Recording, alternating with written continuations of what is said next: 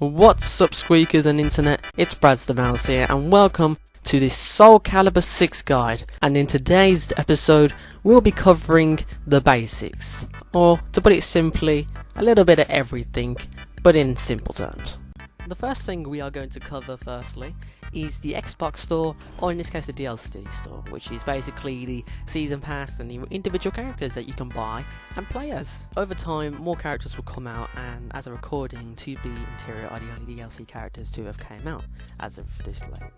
And then you have your standard options, which is basically a place where you can justify your screen, your battle camera, your controls for either player 1 or player 2. You can also state what stage music there is.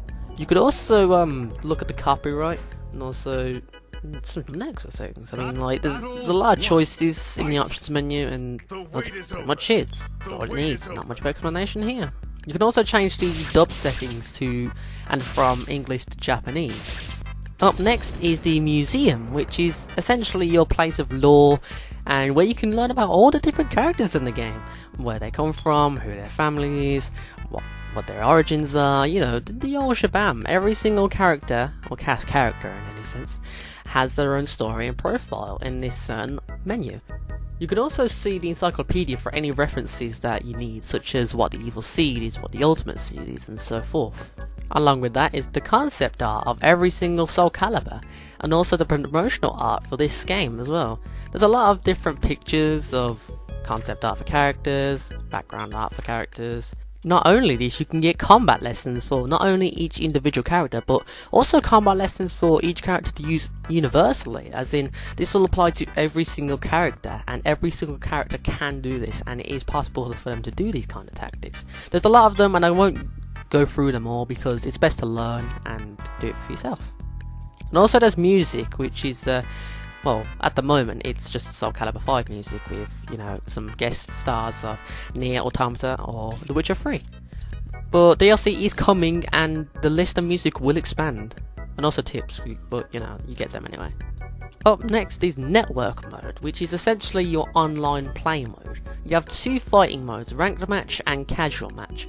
Ranked match is essentially where you quick match with someone and fight them, and then get SP or RP, like the currency for Soul Calibur. Casual match is essentially king of the hill, and also you can look on the rankings board to see who's on top of the world with, well, whatever style you wish, or in general, just casual stuff. The replays tab also has the replays of, well, every single match. Whenever you play a match, it gets documented as a replay, and anyone can view it at almost any time. You can also view your replays in the battle log, but mine's pretty empty because, okay, never mind, there is.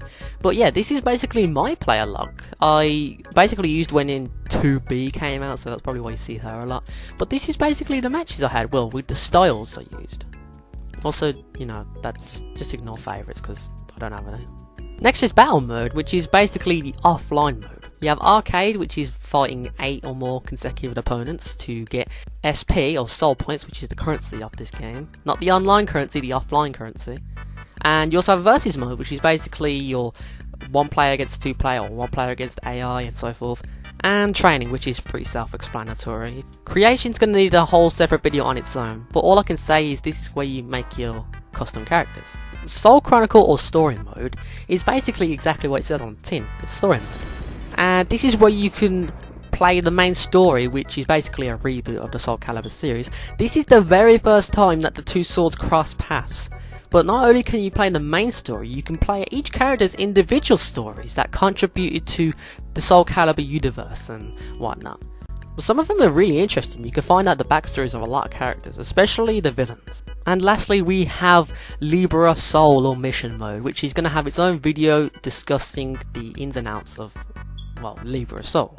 And that has been explaining the simple part of Soul Calibur 6. Next, we're going to be explaining the character creation segment, and then we're going to explain the Libra of Soul segment, and then we're going to start explaining characters individually and how they play and how they act and whatnot. But stick around and you'll see the creation guide coming up soon. Peace out, everyone. Goodbye.